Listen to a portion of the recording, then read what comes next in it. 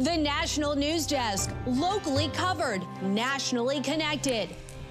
Iran cannot have a nuclear weapon. That has been a very singular, clear point. The understanding is now they're not going to have one. Mission accomplished against Iran, or is it? Just how tenuous is the Middle East ceasefire, and is the nuclear program actually destroyed? When we said we would get the whole thing to the president's desk by July 4th, and that was our objective, many of you also rolled your eyes, but we are on target right now to do that very thing. The big, beautiful bill making its way through the Senate, where it stands with President Trump's deadline just a week away. And then a look ahead at the possible record-setting holiday travel coming up.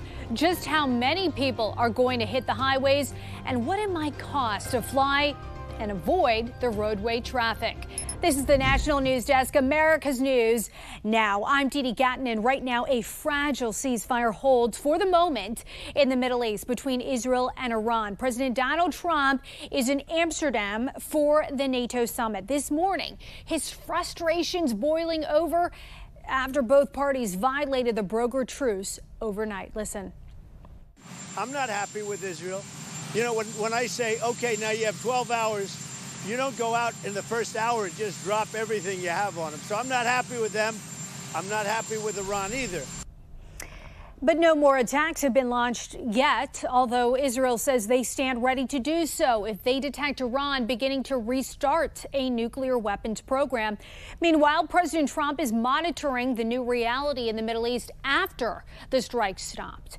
National correspondent Atra El-Nashar has the latest.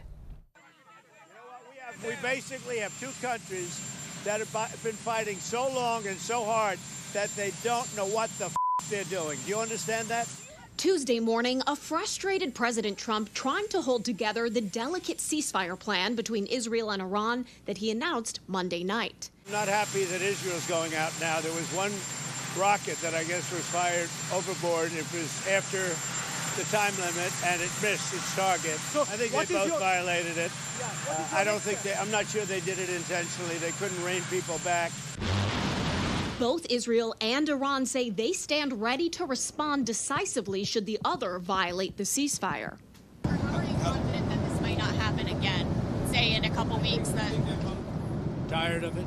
I think they don't want it to happen again. Equally important to the president is the damage done by U.S. strikes on 3 Iranian nuclear sites. Though it'll take more time to know the extent of the destruction, the president rejects any suggestion Iran's nuclear program was not entirely destroyed. But Iran's top nuclear official, Mohammad Eslami, tells state media there will be no hiatus in their nuclear program. He says preparations for recovery had already been anticipated, and our plan is to prevent any interruption in production or services. It's why one of President Trump's most vocal supporters in the Senate is not celebrating the ceasefire yet. It will be a step backward if it leads to an ability of Iran to rearm and retool. And the head atomic scientist in Iran, the one who's still alive, said they're going right back to enrichment. So I'm not so sure we've solved the problem yet. As the region looks ahead to what's next for Iran, President Trump is walking back this post of his from Sunday, seeming to encourage regime change. Regime change takes chaos, and ideally we don't want to see so much chaos, so we'll see how it does. The White House in wait-and-see mode, knowing anything could change at any moment. In Washington, I'm Atra El-Nashar for the National News Desk, America's News Now. A classified briefing on President Trump's strikes on Iran that senators were supposed to receive today is postponed until Thursday. It was rescheduled so Defense Secretary Pete Hegseth and Secretary of State Marco Rubio can attend. It's unclear at this point when the House will be briefed. Lawmakers have differing views about Trump's decision to get involved.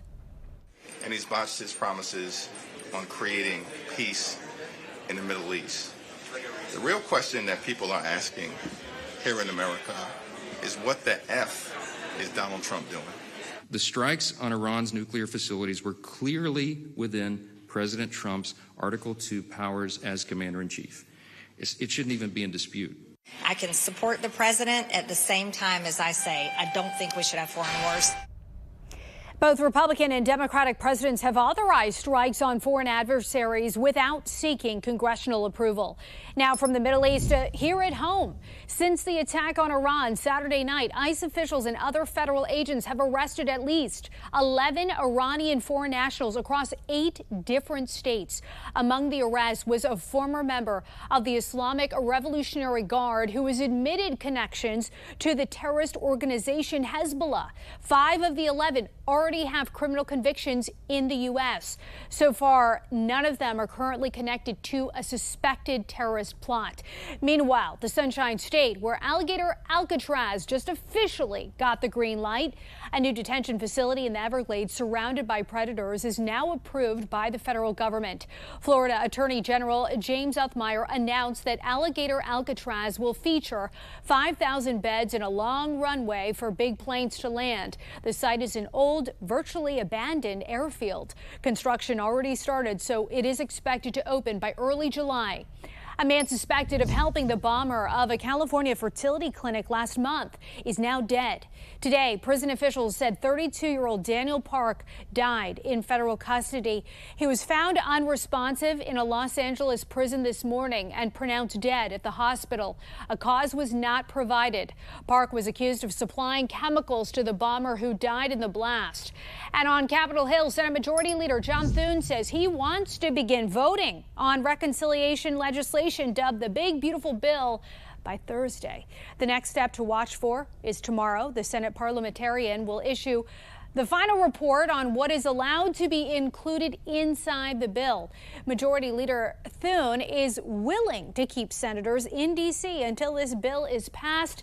House Speaker Mike Johnson says the process is moving right on schedule to be done by next Friday. So if the Senate acts accordingly, and they act according to what we expect right now, we work out the final details.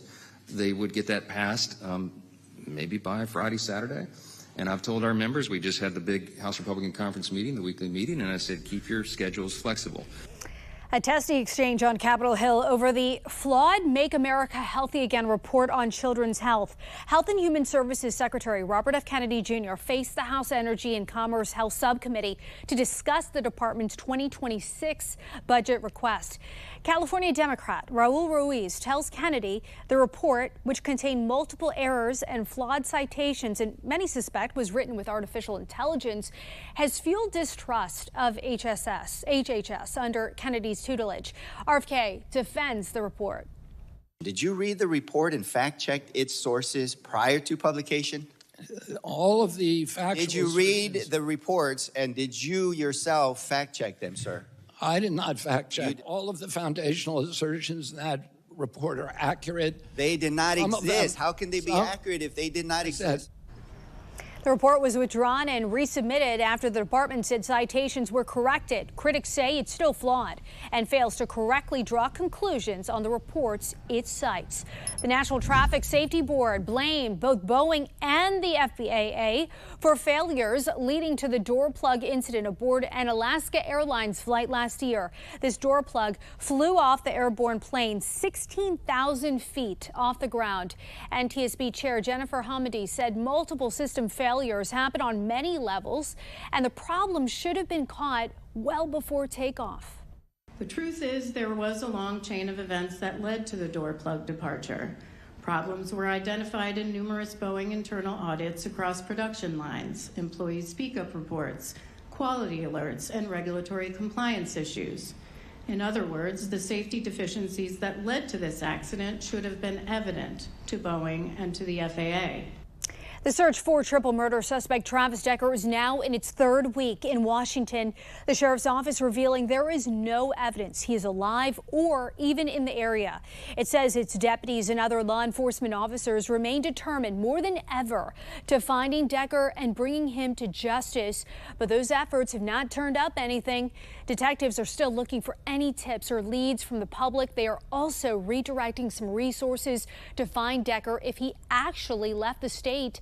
Decker is accused of killing his 3 daughters more than 3 weeks ago. He is considered armed and dangerous. The town of Surfside, Florida is holding several memorial ceremonies today, 4 years since the deadly condo collapse there. The events include a lighting of the torch to honor the victims and a news conference near the building site.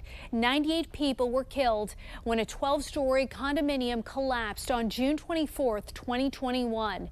Officials are still investigating the exact cause. Prosecutors rest their case in the federal sex trafficking trial of Sean Diddy Combs. It follows more than 6 weeks of testimony from 34 witnesses, including former employees of Combs and 2 of his former girlfriends. Combs' lead attorney said they will not be calling any witnesses. Closing arguments are tentatively scheduled for Thursday, and jury deliberation could begin by the end of the week. Combs pleads not guilty to sex trafficking and racketeering charges. Coming up, the states affected by extreme heat alerts today and where the heat wave will persist for the next few days. Also, new concerns that China could be taking advantage of the world's eyes on the Middle East right now to prepare for a move on Taiwan.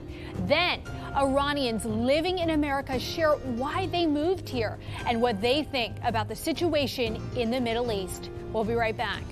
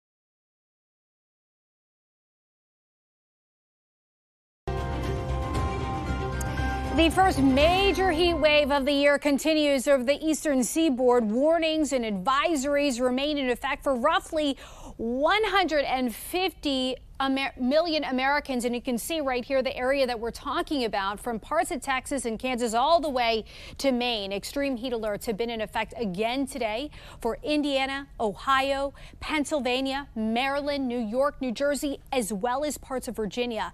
Now, this heat wave over the East Coast is expected to continue in the later parts of the week. The CDC shares tips on how to stay safe. Wear sunscreen with SPF 15 or higher. Put it on 30 minutes before going outside. Stay hydrated. Avoid sugary drinks and alcohol. Try to limit your time outside and rest often in shady areas. Also, monitor high-risk loved ones, including babies, young children, and older adults. Watch for signs of illness. You might start feeling lightheaded, some dizziness, some nausea, and some fatigue. Muscle cramping kind of starts creeping in there as well. One tip for rehydration, according to research out of Scotland's St. Andrews University, drinking milk is a better option than water. The study says that the fat, sugar, and protein in milk slows down the emptying of fluids from the stomach, and the sodium in milk can actually absorb, they say, more water into the body. The Atlantic officially has its first named storm of the 2025 hurricane season. It's been very quiet in the Atlantic despite a prediction of a heavier than normal storm rate. Tropical storm Andrea formed in the middle of the ocean. It's actually moving away from the U.S. right now and poses no threat to land. It is expected to dissipate in the next day or so. Are you afraid of President Donald Trump? Why don't you deal with this? Honestly, this is just not our role. We are not a an institution that comments on or analyzes the decisions that the president makes. That was Fed Chairman Jerome Powell on why he's not aggressively blasting the president's economic policies. As he took questions from both sides of the political aisle today, the president has repeatedly pressured the Fed to cut interest rates. The National News Desk, Matt Gelka, has more. Ahead of Fed Chairman Jerome Powell's planned congressional testimony, a directive from the president to members on the committee. I hope Congress really works this very dumb, hard-headed person over, Trump wrote on Truth Social, as the president continued to rage over the Federal Reserve's decision not to lower interest rates. Trump called him too late, Jerome Powell. For the time being, we are well positioned to wait to learn more about the likely course of the economy before considering any adjustments to our policy stance. Powell reiterated to Congress the Fed's wait-and-see approach to cutting rates, telling members there was still too much uncertainty with how tariff policy plays out, if inflation rises because of it, and if the labor market holds strong. He faced plenty of questions about holding steady. What is it that's keeping, in your mind, the Fed from what many of us believe is the right thing to do, which is to lower some interest rates and, by the way, match what the Bank of Canada, Bank of England, the European Central Bank, the Swiss Central Bank? Why aren't we doing what the rest of the world is doing? The reason we're not is the forecast by all professional forecasters that I know of on the outside and the Fed do expect a meaningful increase in inflation over the course of this year. The Fed's benchmark interest rate has remained at 4.25% to 4.5% since December. Trump has put the pressure on Powell to cut rates and make it cheaper for Americans to borrow money. The president suggested as recently as last week that maybe, just maybe, I'll have to change my mind about firing Powell. We're going to spend $600 billion a year, $600 billion, because of one numbskull that sits here. I don't see enough reason to cut the rates now. Trump has said Powell could cut rates now and raise them again if inflation ticked back up. Two Fed officials pitched that the central bank cut rates at their next meeting in July, while forecasters believe it's more likely for September, when more trade policy data is available. Reporting in Washington, I'm Matt Gelka. New York City residents are hitting the polls today for the Democratic mayoral primary. Voters will decide whether to reignite former Governor Andrew Cuomo's career as a civil servant or select from a field of lesser-known candidates. Yale polling YouGov shows Cuomo in the lead, followed by Democratic Socialist Zohran Mamdani. Whoever wins will face incumbent Mayor Eric Adams running as an independent. And here's a live look at downtown Atlanta, where today Uber riders have the choice to select a human driver or be picked up in Waymo's driverless robo-taxis. Atlanta is actually the 5th city in the country to have Waymo service. Phoenix was the first. Both San Francisco and Los Angeles have offered Waymo robo-taxis. Services in both of those cities had been suspended partially following vandalism against the driverless cars during anti-ICE protests earlier this month. Austin, Texas launched their Waymo service back in March of this year. As President Trump meets with his NATO counterparts with a focus on easing Israeli-Iranian tensions, as well as ending the Russia-Ukraine war, some are raising concerns China could take advantage of this moment to make a move for Taiwan. National correspondent Kelly Gaskins joins us from Washington. For decades, China has eyed Taiwan, waiting and planning for the right moment to assert control and reunify the island with mainland China. We need to be watching what's going on in Taiwan. Some experts worry China might get the idea that now is a good time for such a move. I believe that this is the most delicate situation in the entire world right now, as the world's attention concentrates on the Middle East. Please be watchful what China is doing. NATO's Secretary General urging attention be paid to China's military expansions. China itself also rapidly building up its armed forces to levels we have never ever seen before. So the international security situation has changed dramatically. Earlier this month, the Chinese Navy conducting unprecedented drills in the Pacific involving 2 of their aircraft carriers. Taiwan's vice president pointing out an aggressive China is not just a Taiwan problem. Again, raised that it's not only around Taiwan. They are all over the South China Sea. They're to the north, around Japan. Meanwhile, as China flexes its naval might in the region, the Israel-Iran war prompting the United States to move the Nimitz aircraft carrier and strike group out of Asia and to the Middle East. China, although friendly with Iran, has not come to their aid, likely because it's not in China's interest for the conflict to escalate further, especially as Iran threatens to close the Strait of Hormuz. 20% of the world's oil passes through that waterway. China's limited. They don't want the Straits of Hormuz closed because that's where they rely on the bulk of their energy. Most of their oil comes from Iran. So what they don't want is an escalation that leads Israel to strike oil refineries. Beijing is watching President Trump's every move regarding Israel and Iran to better understand his sometimes hard to predict foreign policy approach. Notes China will take into consideration when making decisions about Taiwan. In Washington, I'm Kayla Gaskins reporting for the National News Desk, America's News Now. Roe v. Wade was overturned 3 years ago today, and most states currently have at least some restrictions on abortion. New research from the Guttmacher Institute shows over 150,000 Americans went out of state for an abortion last year. That amounts to over 1 in 7 women who had an abortion, significantly more than in 2019. Most people who traveled were from Texas. A record number of travelers are expected this 4th of July. Yep, it's going to be here before you know it. AAA predicting over 72 million travelers will travel at least 50 miles away between June 28th and July 6th, and that's nearly 2 million more people than last year. Plane tickets are the cheapest they have been in 4 years, according to Hopper. A domestic round-trip flight costs an average of $260. Luckily for drivers, gas this summer is the cheapest it's been since 2021, according to AAA. Potentially harmful chemicals are leaching into our food from plastic packaging. That is according to a new study in the journal NPJ Science of Food. It found that just opening something like cheese or a carton of juice can contaminate it with microplastics and nanoplastics.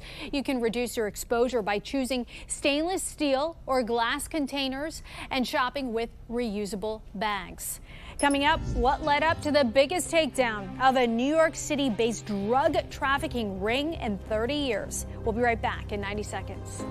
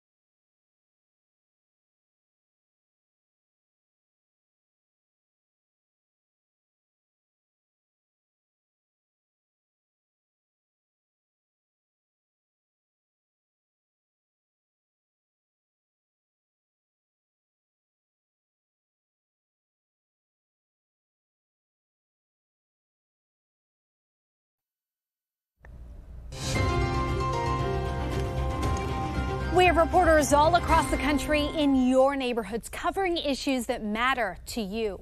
We are taking the pulse of America, and we start in Nevada, where Iranians speak out about the conflict in the Middle East.